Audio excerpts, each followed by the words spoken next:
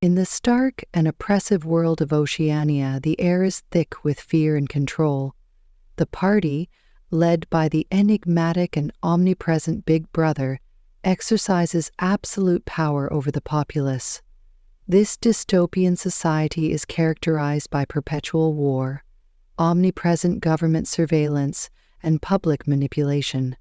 Individualism and independent thinking are persecuted as thought crime, and citizens live under constant scrutiny from the thought police. Winston Smith, a meek 39-year-old man with a varicose ulcer above his right ankle, works at the Ministry of Truth.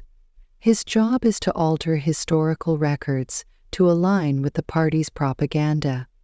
Despite his outward compliance, Winston harbors a deep resentment towards the party and a longing for truth and rebellion. Julia, a bold and free-spirited woman in her mid-20s who works in the fiction department at the Ministry of Truth. Julia becomes Winston's lover and co-conspirator. Her rebellion is more personal and less philosophical, focused on subverting the party's control over her private life. O'Brien, a charismatic and intelligent member of the inner party who plays a pivotal role in Winston's life. Initially appearing as an ally, O'Brien is revealed to be a loyal party operative dedicated to breaking Winston's spirit. Big Brother, the face of the party, Big Brother is a figure of immense power and authority. His image is plastered on posters and coins, constantly reminding citizens that Big Brother is watching you. Whether he truly exists is ambiguous, but his presence is a powerful tool of control. Totalitarianism, Orwell's novel, explores the extreme measures a government can take to maintain absolute power. The party's control is pervasive, extending into every aspect of life. Part 2. Surveillance. The concept of constant surveillance is embodied by the omnipresent telescreens and hidden microphones. The thought police are always watching, and even a facial twitch can betray one's thoughts. Manipulation of truth. The Ministry of Truth is responsible for altering past records to fit the party's current narrative.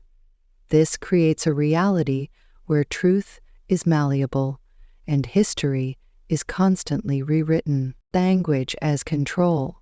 The novel introduces newspeak, a language designed to diminish the range of thought.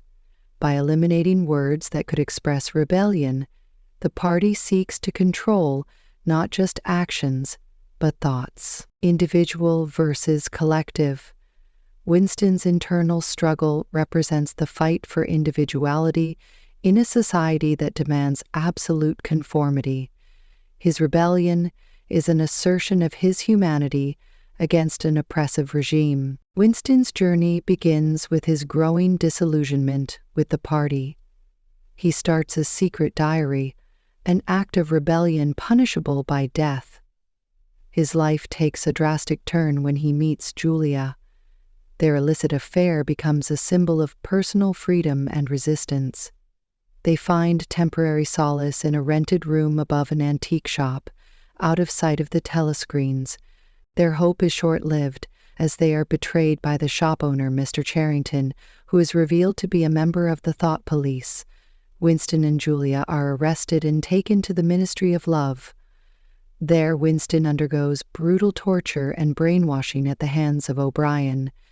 He is subjected to Room 101, where he faces his greatest fear: rats. Broken and reprogrammed, Winston betrays Julia. By the novel's end, he is a shell of his former self, fully compliant and loving Big Brother.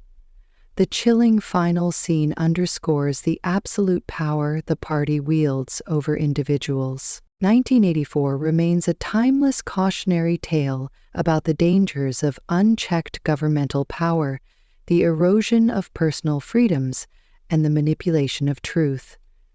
Its concepts and terminology, such as Big Brother, doublethink, and thought crime, have become part of our cultural lexicon, reflecting the novel's enduring relevance. This exploration captures the essence and depth of Orwell's masterpiece. Feel free to dive deeper into any specific part or discuss further aspects of the book.